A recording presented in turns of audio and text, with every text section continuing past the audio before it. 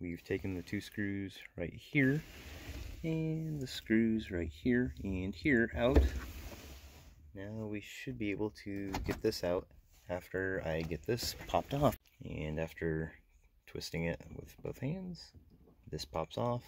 Or you could just get a crescent wrenching and get that to, or that nut to back off from the actual selector, or just do it the hard way I did. So we're about to see together what is going on. Here we go. Okay, wonder if the light bulb's still attached to the back of this one. It is. Alright, we'll cut again. We've disconnected the light. Now we're going to see.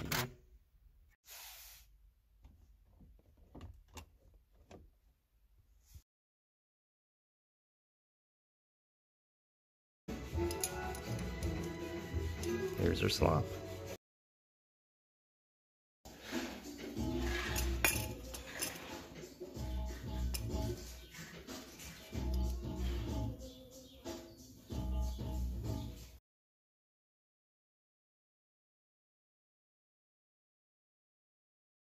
Alright, so this is just to make sure I have it in the right position. Listening for under the hood.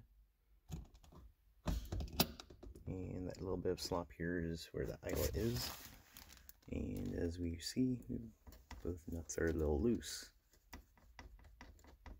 Let's get both of these snug off of here, and then we'll actually be able to tighten everything else up and get all the trim back on. The safety lock actually works on this one. It does on the blue car, so turn the key forward, thumb brake, actuate that.